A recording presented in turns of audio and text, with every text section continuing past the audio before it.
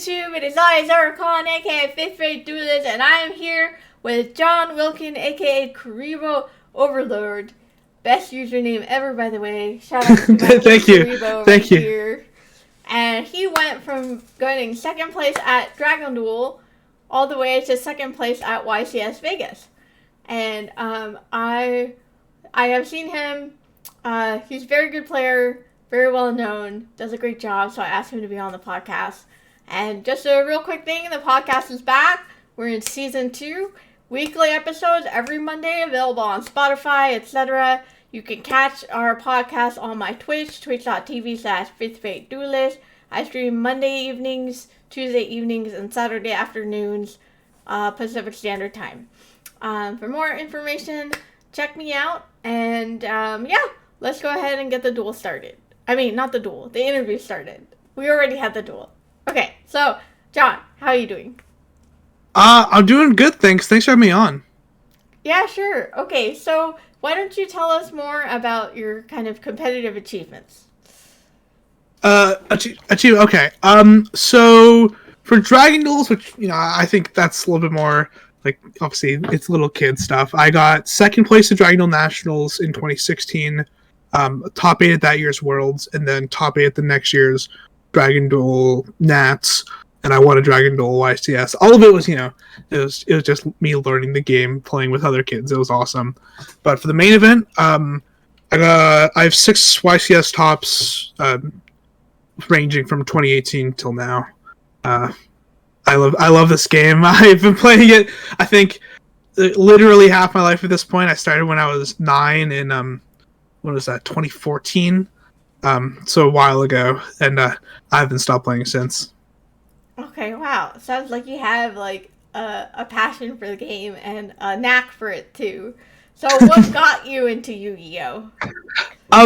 So basically me, and if you know who Ryan Yu is, so me and him had a mutual friend, also named Ryan, and he introduced us. He just got structure decks or whatever. So me and Ryan Yu were like, okay. When we got the decks as well, and we just started playing with each other. And then me and Ryan Yu, we went to the locals together, and we kind of learned from there. And so it was just really kind of playing with my best friend, learning the game. And going to these whatever local tournaments, and then we both started to like it competitively. And our first tournament was YCS Toronto 2015 for the Dragon Duel section, and me and him both made the finals. So that was part of I think what really started the competitive flair.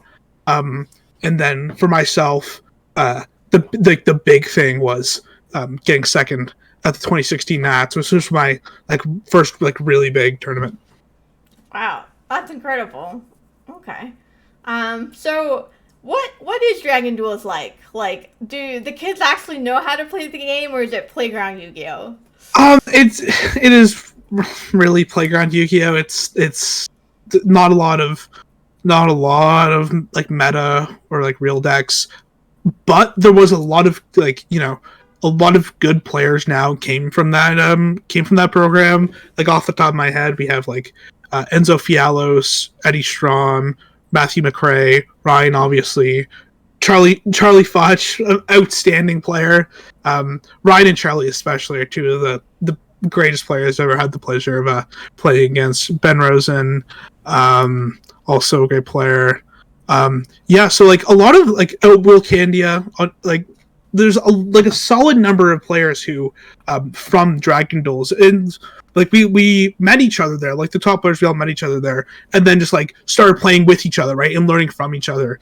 And I think that setting it up that way so that we're able to meet people our age who have a similar interest, and make friends that way and learn from each other, I think it was a great structure. And even with the younger ages of Dragon Duels, you see it as well, where the people who got into the game together and learned it together, their friendship stuck, and they also got really good at the game.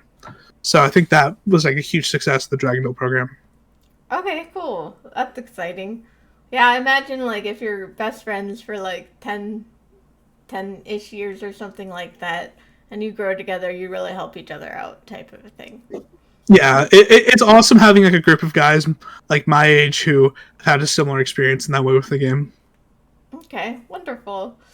Okay, so why don't you kind of tell me about like your journey from like kind of starting out and getting better at the game? Like, how did you get better? At what point would you say that you felt like confident in the game? Things like that. Sure. There was never a point when I didn't feel confident in the game. I think the confidence was always placed with myself and kind of just trusting my ability to learn over time. Um, I think it's important to understand that people are going to have different, levels of success at different points in time, and as long as you're happy with, with how you are doing, that's what's important. You shouldn't really be comparing yourself to others if it's going to lead to you to be unhappy, and that's what like helped me because I knew I set realistic goals for myself, and over time I was able to achieve them. Like 2015, 2016, 2017, my goal was like popping locals, right? Like maybe not I wouldn't say 2017, but definitely like when I was first started playing, like 2015, 2016. It was like, okay, I want to go X1 at locals today because X1 gets prizing, and I would go 3-1. I'd be like, yeah, that's a huge success. And then it got to like regionals, and so 2017 I was 12 and I got second at the first, like I gotten like X3, X4 before, but I got my first regional top 8 when I was 12 playing Paleos. And I think that was when that was like my first ever success in the main event. And I was like, holy cow. I was like super ecstatic. And I was like, okay, I really got to keep this up. I'm going to make sure that I focus on this and just absolutely just play to my potential now that I know that I can do it. And from that point on, I just felt that just playing and playing and playing and meeting people really helped my drive for the game and just helped me learn all these cool cards and interactions. And over time, that knowledge builds up and helps you maintain a solid understanding of the game as new formats come. Okay, cool. That's really exciting. Do you have any advice for someone who wants to get better at the game? Yeah, I think the biggest thing is finding a group of people that are of similar skill to you that also want to get better at the game. Because if you have if you're surrounded by motivated people who are interested and engaged and are your friends, then you're going to be more involved in the game. You're going to be more interested in the game, and it's going to be a lot easier to actually learn the game. And I think that just playing and playing and playing in that practice is really just the best way to learn. I think obviously you can watch like tutorial videos and YouTube videos, and that's like really good to help supplement it. Like if you're like watching like DB Grinder, Fifth Rate Duelist, learning some techniques there, MST TV, like there's plenty of YouTube channels that help you just understand like specific interactions, and that's great to help supplement the playing. But I think the number one thing is for sure just finding a group of people that can test with you. Yeah, definitely. I know that I was having trouble finding people to test with type of a thing because I was in this weird spot where it's like I'm friends with a lot of really good players, but they don't want to play with me because I'm not good enough, except Polly. Polly believes in me, and we tested for Mexico, and I freaking killed it at Mexico until I got sick and couldn't do the second day. But, Yeah, I love Polly Polly. and me, he really put his faith in me. And he was like, yeah, it's really good testing with you, but, like, no one else wants to test with me. And so, like, the answer, everyone was like, just play DB, just play DB. And I'm like, DB is good, it's just extremely stressful to play because of what. So, yeah. Yeah, and also like I found that actually holding the cards is a bit better as well. Just like actually having the cards in hand. I find myself like playing like differently on Dueling Book than I would play in person, and like in the bad way. I think that like it definitely if you can play in person, that's probably just like the way to go. And but I think yeah, I get what you're saying. Like it doesn't matter if you're playing against people that are better than you. You just have to find really anybody that has a general understanding of the metagame and wants to get better. It doesn't really matter what like your accomplishments are, as long as you have a drive and a willingness to learn. I think that goes along. It goes a lot farther than you'd expect. Like you can see a lot of these players that are popping out of nowhere who don't necessarily have that like long list of accomplishments, but are getting really good really fast. It's because they're working together with the people in their in their locals, and they're learning from others. And I thought just finding that group of people, no matter how skilled, is the way to go. Yeah. Yeah, now I have more people to play with. Like I play with my friends at locals. I just did that on, what was it, yesterday? Or, yeah, it was Saturday. Like I worked, and then after work I met up at locals, and we just, we played where we alternated going first and second, because I was trying to figure out whether I wanted to go first or second. And so, that was like really helpful because it was like in person, and I was like, oh yeah, I always put my cards in the wrong zone and stuff like that. And so, yeah. Yeah, and that's something to bring to. That's a good point as well. When testing in person, you can also notice tendencies that you probably want to get rid of or just like fix, because there's definitely a proper way to play in tournaments in terms of the actual technical play, like zone placements, like deck placement, stuff like that. Of course, Dueling Book helps, but like just a lot of the the smaller stuff, like the micro stuff, doesn't really get like you don't have that full immersive experience online that you do in person. So definitely just like finding a group of friends to play with in person is by far the best way to learn this game. Okay, cool. I like that. I like that a lot. I know that Cody was teaching me about open hand testing. Is that something you do?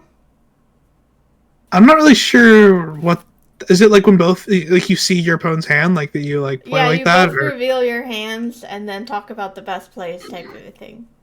I do that sometimes. I think that's just like a way to test. I wouldn't necessarily make it your primary way of testing. I think reads and learning, like trying to guess what your opponent has based on their actions, is it's a skill that it's really hard to teach. It's something that you have to pick up, and the way that you do that is through testing, like normal testing.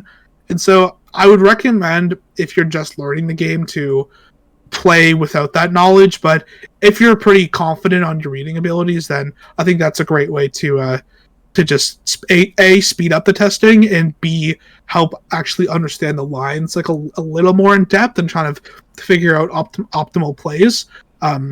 So trying to figure out how to read, and so but you need that baseline first, like the kind of core fundamentals. Yeah, yeah. I agree. I think that's a really good point too. Like open hand testing's like good for, I think, learning other decks type of a thing. But I do try to take some time to play other decks just to see how it is. But it's just really hard with my schedule to do that because I'm kind of slow with learning decks. Yeah. But Yeah. Go ahead. Oh, I was gonna say, yeah, that is a completely fair statement, and that's something I wanted to address as well. Like, time is also a big thing, right? Like, if you don't have the time to be playing a lot, but you want to get better at the game, and you have to kind of optimize what you're going to be doing with your time. I think the biggest thing is just, if you have like 5-10 minutes in your room and you're just like, sitting at your desk, do test hands. With my decks, I do thousands and thousands of test hands. Like right here, I have my branded deck. I've done. I will literally just like start shuffling, draw a hand, play it out, and like just do that 50 to 100 times a day, and just doing it when I'm watching a YouTube video, like when I'm relaxing, and like multitask and just getting the combos into my head. I think that's more of my like obsession with the game. I wouldn't necessarily recommend that unless you struggle to find that time to play, or are just absolutely obsessed with this game. I don't know. Like, test has really helped because I remember when I picked up Drytron, it was my first combo deck, and I'd only ever played at locals, and I lost like 3 locals. I came in last place with Drytron. And then I went on a plane to New York for the Gamer's Choice event, and it was a 6-hour flight, and for 6 hours, all I did were test hands. And that's all I did, and I imagined, like, a board and tried to break the board and stuff like that. And I ended up getting second place out of 200 people at my first non-locals tournament, which was, like, crazy. So I really do think the test hand thing is, like, really, really helpful.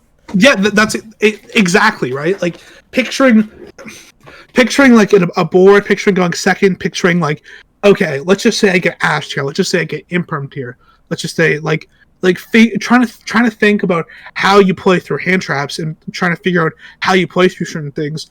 The neural connections, like, they remember that stuff, and so come tournament time when they imperm you, they ash you or whatever. I remember this. I remember what I would do here, and it comes a lot faster, right? Because at a tournament, you're not going to have like 3 minutes to think about an action. It has to be like, it's rapid fire, and everything you do has to be with a purpose. And I think that understanding how your deck interacts with other cards is a fantastic way to learn.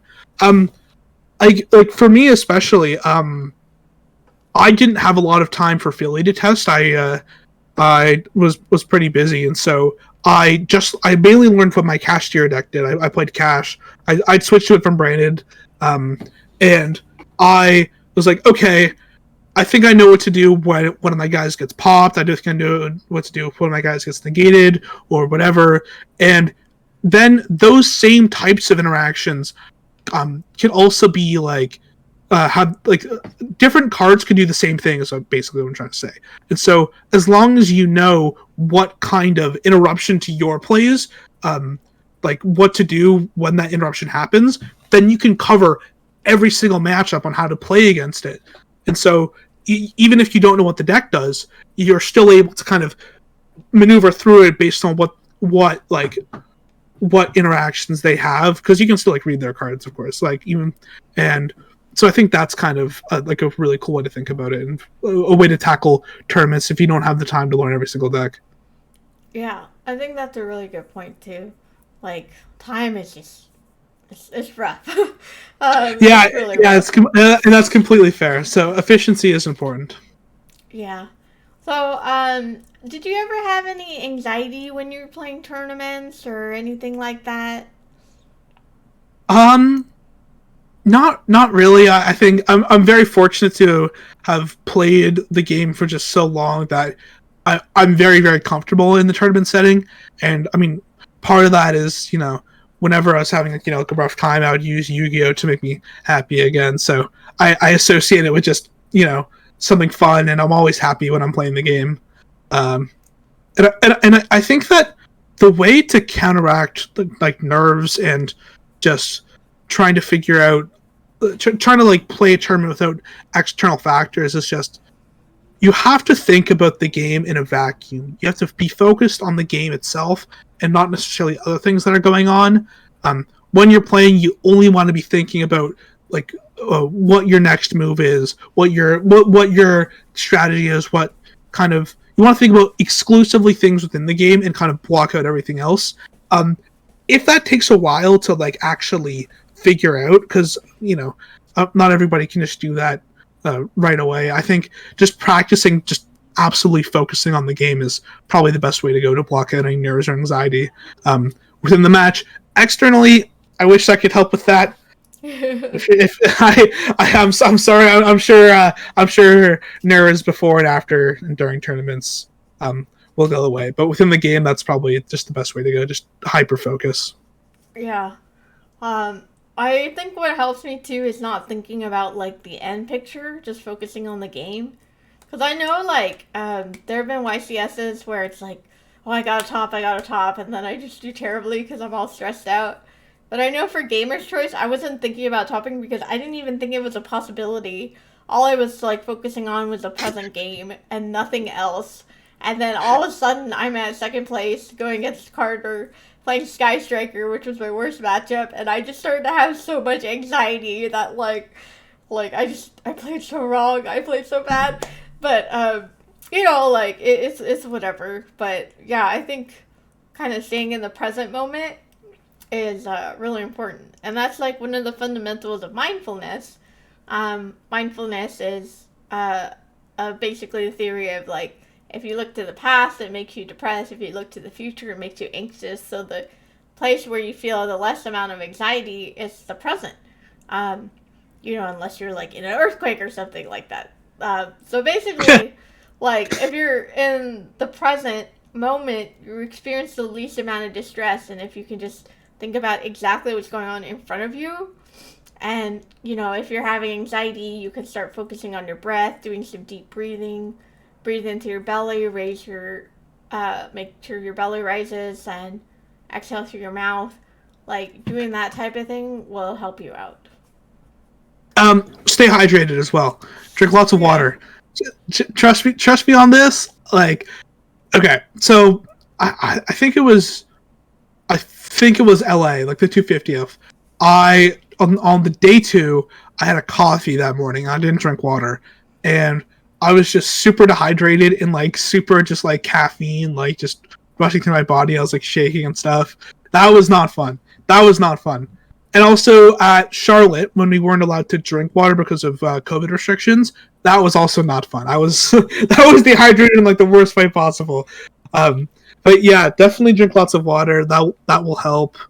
I think the biggest anxiety comes when you're going into day 2. I think, well for a lot of players, me especially, I think because it's just the whole tournament experience is on the line within a couple rounds, and it's really like it's showtime day 2.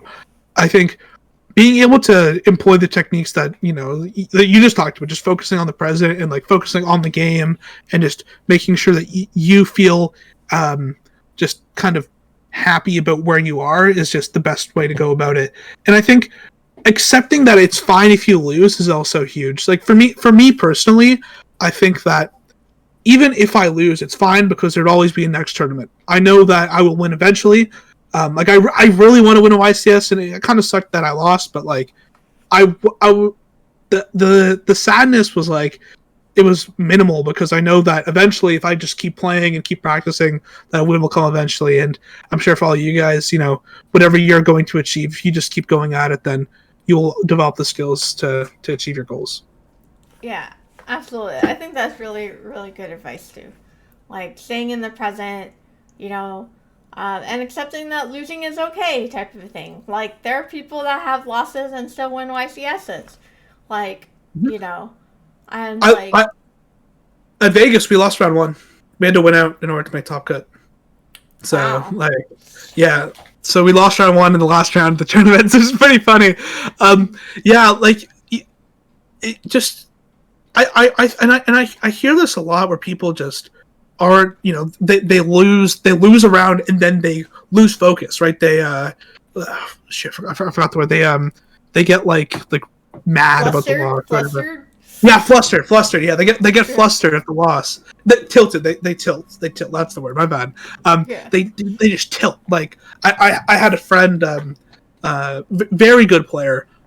He messed up the 5 cash combo, like the lock 5 cash combo, and even though he's like an amazing player, he made like one small mistake in terms of sequencing, and it just ruined that round for him, and then he just completely misplayed the next round as well and was out of the tournament. And so that stuff happens to absolutely everybody, and I think being able to just understand that you might lose, you might make mistakes, you might lose some games, and that just to focus on the next game and just to keep going forward and only pay attention to that, it goes a long way. Yeah. I think that's a really good point too. Like just like when you misplay, it's just a natural reaction to be like, "Oh my god, I did this," and then it starts going through your head like, "Oh my god, I'm gonna lose. Like, why did I do this?" And it really distracts you and tilts you from the process. But it's really important that, like, you can still win if you misplay. Like, I remember there's some times where I've misplayed and I'm just like, "Oh my god, I messed this up," and I just want to scoop, but I keep playing, and then I end up winning. And it's like, that's crazy. Like, how is that possible? But the thing is that even if you misplay, your opponent can misplay too. Like everyone misplays. It's just a natural thing.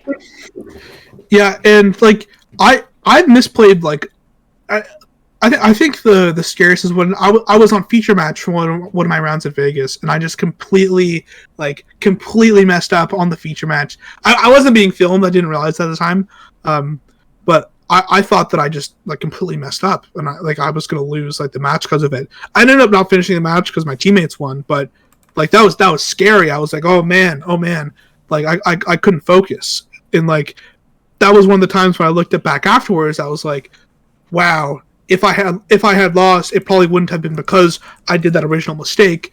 It probably would have been because I was too upset that I made that mistake, that I kept on making more mistakes and couldn't focus. And I think, Yeah.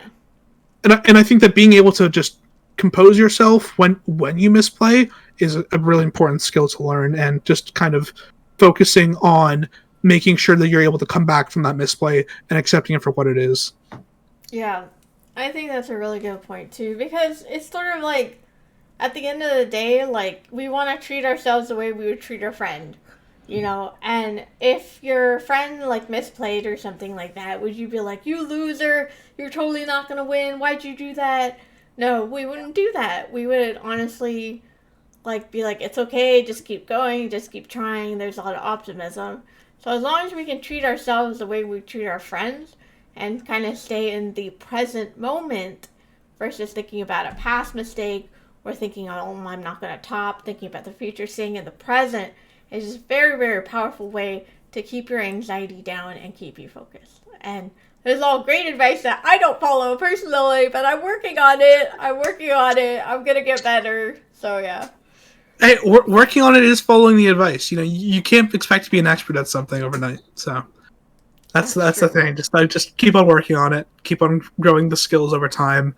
You can't setting too high expectations over a short period of time is one of the biggest reasons for failure. And so as long as you're able to kind of gauge what a reasonable expectation is for growth within your skill set, then that's a huge step forward to succeeding. Yeah, absolutely. Yeah, you really got to do that type of a thing. And like the more you kind of like keep your composure and stuff and think about present and not so much the future, like the better your outcomes type of Yeah. thing. And like I know that for me, like I don't know what it was, but like YCS LA, I was so confident going in. I like knew my deck. I was so ready, but like I was so anxious. Like basically I had these like weird feelings. Like I'm gonna win locals, and every time I have this feeling that I'm gonna win locals, I win locals. So I started to have a feeling that I was gonna top YCS LA until I was talking to people, and they're like, "There's 3,000 people here. You're gonna have to go X1 to like top," which was not true. X3's made it. Yeah. And I was just like, I got so anxious and frustrated that the feeling was gone, and I was like, what am I gonna do? And round one, I played against heroes. I misplayed so many freaking times that like I just lost to heroes. And then I played against Sprite, and I got really confused because I set up like double Erase Heart or something like that, and I had Kashira prep. And like I just messed up because there were so many things happening at one time. And then I ended up losing the Labyrinth, which I wasn't that familiar with. And I went 0-3 drop at YCS LA. I did like the worst I could have possibly done. I did the worst out of anyone at that event. I did the literal worst. And yeah. it feels bad, man. That's pretty unfortunate. I think that's you know, that's fine, right? There'll always be tournaments when it just doesn't go your way. Any single person, no matter how good, can go X3. That's just how the game works. It's just like, I've had some pretty bad tournaments. My worst performance recently was YCS Hartford. I didn't make day 2. I was feeling good. I went 4-0, and then I played against Jesse Cotton and Shun Ping back to back. And they were both playing like a Predaplant deck. There was only like 5 or 6 of them in the room, and that deck just completely destroyed my Dragon Link deck. Like the matchup is unwinnable, and so I just had unfortunate matchups back to back, and I was tilted, and I lost against like what was it, like a Mystery Machine Earth deck, and at that point I was just like, I was so sad. I was sad, and I was like, man, I think that was probably the time, like where I think when I realized that I had full confidence in myself for this game, because it was such a like a devastating loss, because I had really been working on this deck for like a long time. Like I've been working with one of my friends on the Dragon Link deck, and I had a huge confidence in the strategy, and it just completely flattened out for the tournament. Did not work, but I wasn't upset about the loss. I was more like, okay, how am I going to fix this deck for Nats? That was my thought process, and I think the fact that I was able to do that, I was proud of myself being able to just focus on the next tournament. And I think if you're able to learn that skill and just not be upset about the loss and be like, okay, what next? That's important. Yeah, I think that's a really good, like, forward thinking, not backwards thinking. And I won the secret rare sheet the next day with Cody Angeloff and Distant Coder. That was fun. I had a lot of fun. Nice. Distant Coder played Unchained, and I would hear just like the craziest cards being used. I still don't know what was in that deck, but he was killing it, man. That was pretty sick. Oh my god, that's awesome. Secret sheet. That's cool. Wow. Yeah, I want to do a 3v3 one day. I really like 3v3s. By the time it's 3v3, I don't know anyone that I can, like, be with. Um, Except, like, I think if this person is listening, I'm sorry. But, like, I was doing giant card. Someone came up to me and asked me to do 3v3. And then I was like, oh, I'm doing giant card. And then I thought about it and I was like, wait a second. I would rather do 3v3. But I couldn't find him. So if you're out there and I said no, I'm sorry. I really wanted to play with you. I hope you hear this. So yeah, it was sad times, but maybe I'll make day 2 and then I don't have to do 3v3.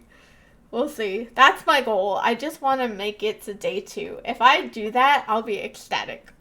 Like, it'd be like, I did it type of thing. And like, yeah, I've been working really hard on this purely deck. I've been really trying, like, just my best to freaking do this. And like, I don't know. It's hard, but yeah. I was gonna play Drytron for oh wait, I forgot something. So there was LA, and then my next event was Philly, and I wasn't anxious at Philly. Like, I was not having any anxiety during Philly. It was just like I was struggling to win because like purely like with super heavy samurai in the format, purely was just feels bad, man, because it's, Yeah, that just wasn't the deck for the tournament. That was not the play. yeah. Sometimes you just make the wrong deck call and it doesn't go well. That's another thing. Like people just like play the deck that I assume it's the same for purely play the deck that they like the most, and they like the cards the most, and sometimes that just isn't the right deck, and you have to make a sacrifice to play the cards that you are most comfortable with, and it's unfortunate, but whatever. I think whatever you play, you should like. Yeah. I can't be. It's so hard for me to learn a deck that the only way I'll do it is if I like the deck. Like, I was like a month ago, I was like, alright, I'm gonna play Runic for Hire, because this is the goo. And like, now Joshua Smith top with it, so everyone knows what it was. But like, back then, it wasn't that familiar. And yeah. Sorry, I didn't mean to cut you off there, my bad. Oh, yeah.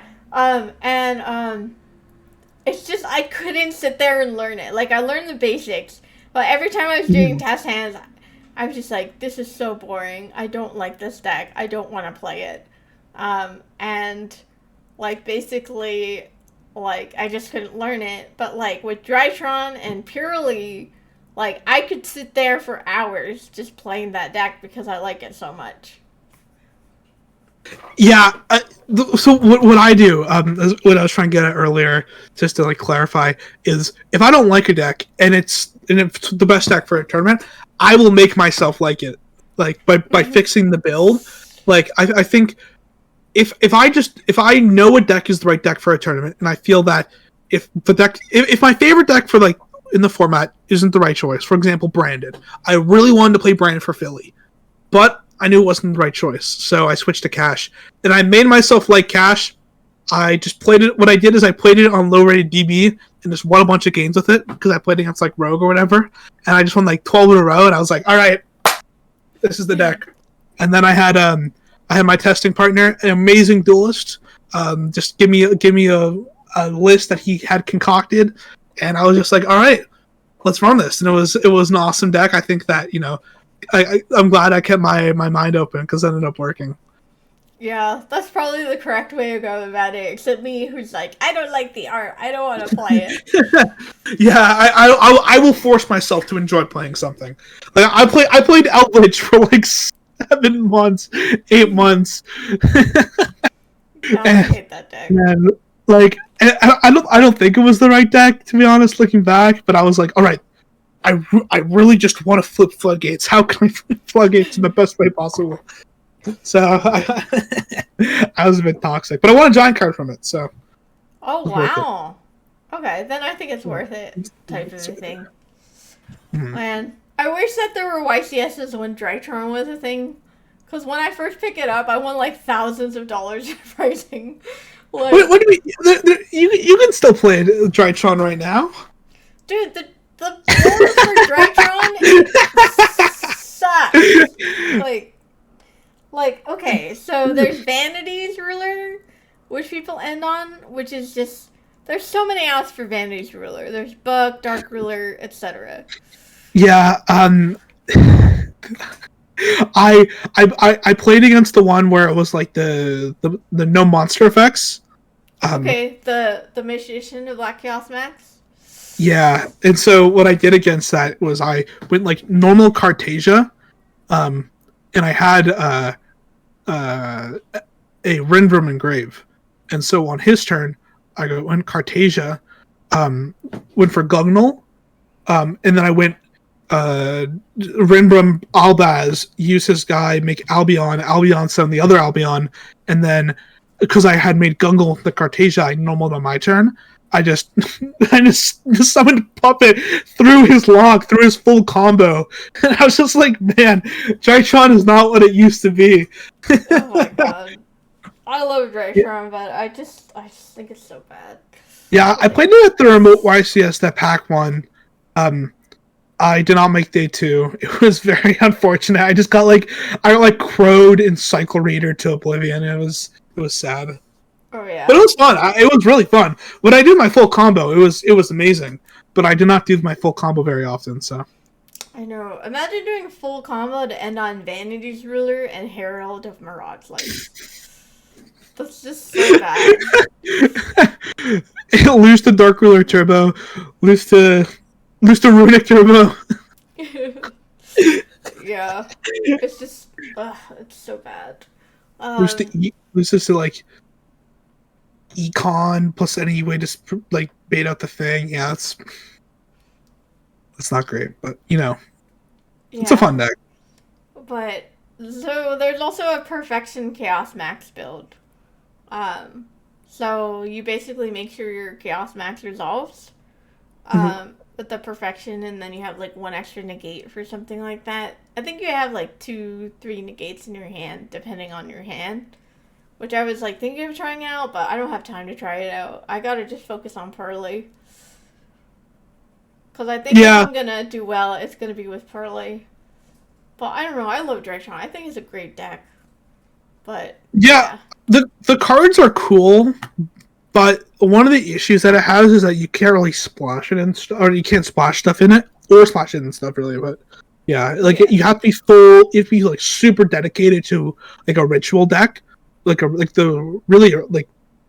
even like a ritual deck, like just the Drytron strategy. You can't really like splash in other stuff with it unless like it's starting to get towards no non-engine, which is not great. And that's another thing. Like you have to have like the right 2 to 3 cards.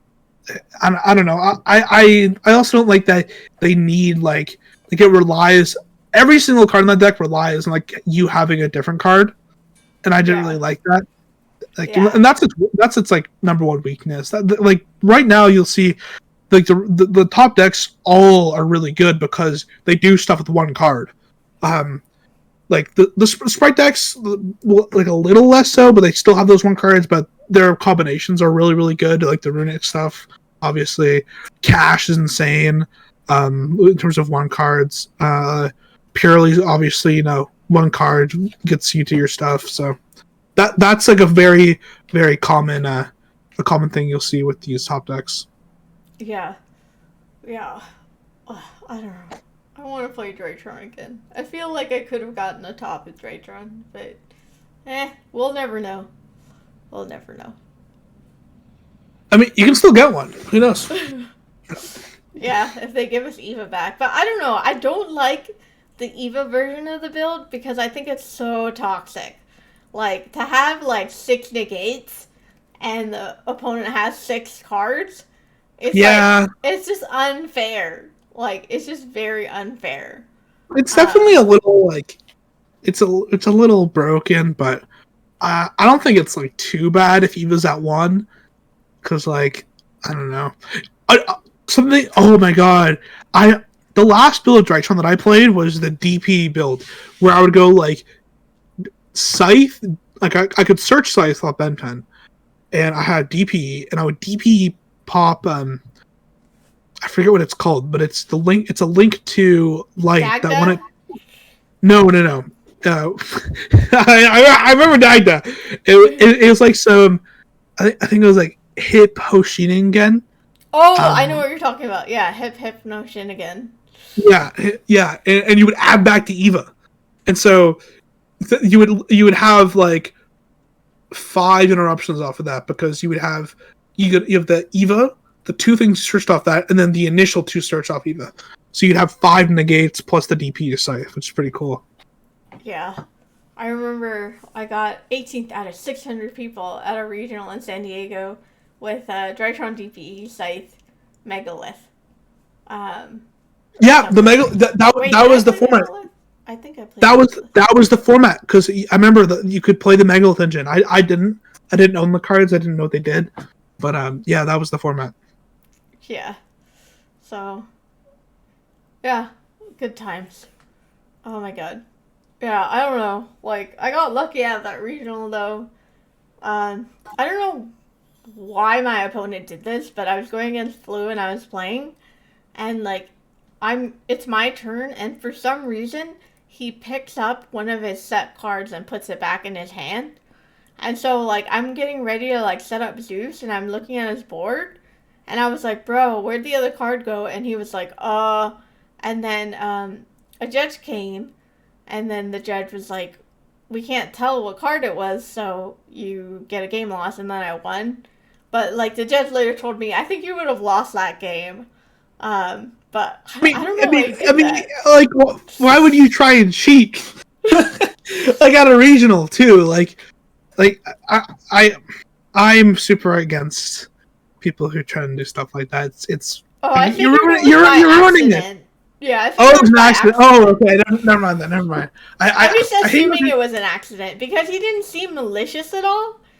And like whenever I was like, "Wait, where's the card?" He looked really confused, and I was just like. It just happened. So I don't know. Maybe I still think I could have won, but the judge was like, it would have been real hard because I saw his hand. But what can you do? It was like, I don't know. So yeah. Let's see. What is the best advice you've ever received in Yu-Gi-Oh? Believe in the heart of the cards. A plus. But what is the heart of the cards? It's I feel the real answer. It's what I went back to earlier. It's just knowing your deck inside and out, knowing your strategy inside and out, and just believing in every single card in your deck. If ever, you have to make sure that every single card holds a purpose, and that you understand what the purpose of that card is. And I think if you're able to kind of get a holistic understanding of your strategy and like kind of what your turns are supposed to look like, then that's just a huge positive for you going into the tournament. Okay. Nice. I like that. I like that a lot. Know your deck inside and out.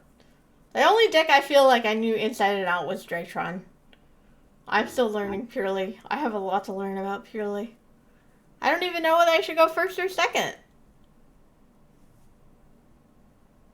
Yeah, I think that has to do with more of the other decks though. So I wouldn't hold that against you. I think the whether going first or second is just based on, you know, what you're expecting to see. Yeah. Like, I could go, I think blind second's okay, but I can definitely go first or second. Like, I think my build could do either one, but maybe I should shift blind. But, like, it sucks if you shift blind and then you play against, like, Labyrinth, or, like, you play against, other decks that are hard to beat, like Sprite or something. Runic Sprite feels bad, man. So yeah. Okay. So, is there anything else you want to talk about or share with us? I think. Oh yeah, one sec. Shoutouts to my new team, JNC Collectibles. Huge fan of these guys. They've been absolutely awesome with me. Yeah, you know, I think it's something that I love in team is just a very strong environment where, you know, everybody's helping each other, everybody's working towards each other. Like, you know, like I said, that testing group idea, and I really get that feel with JNC. Love these guys, so huge shout outs to them. Okay, cool. Shout outs to JNC. And how do we find you? Pardon? How do we find you? Like, on Twitter? Oh, Facebook? Yeah. Oh, my YouTube, Kariba Overlord. That's what I've been trying to push right now. I have, like, about 730 subscribers at this time, so hopefully that's more. I really want to just start making content, pushing out content. I was doing Metafy. I've started to kind of focus on that less and push that less because I want to give that information for free. I don't want to put a price on, you know, like my ideas and my knowledge. I don't want to do that. I feel weird doing that. So I'm shifting over to YouTube and just hoping to do some educational videos, some deck profiles, just discussion videos, tier lists, stuff like that. So if you're interested, please go check out my stuff. Okay, and I'll put the link in the description, okay? Awesome, thanks. Okay, great. And then we did have a few duels. I might put them on YouTube. Leave a comment if you want to see them on YouTube. Then I'll put them on YouTube. But otherwise, I might not put them on YouTube. So the fate is in your hands. Don't forget to like and subscribe. Please subscribe to me. I'm trying to get to 6,000 on YouTube. And I really appreciate your time, John. Thank you for everything. Yeah, of course. Thanks for having me on. Really appreciate it. Okay. All right. Bye, everyone. Take care.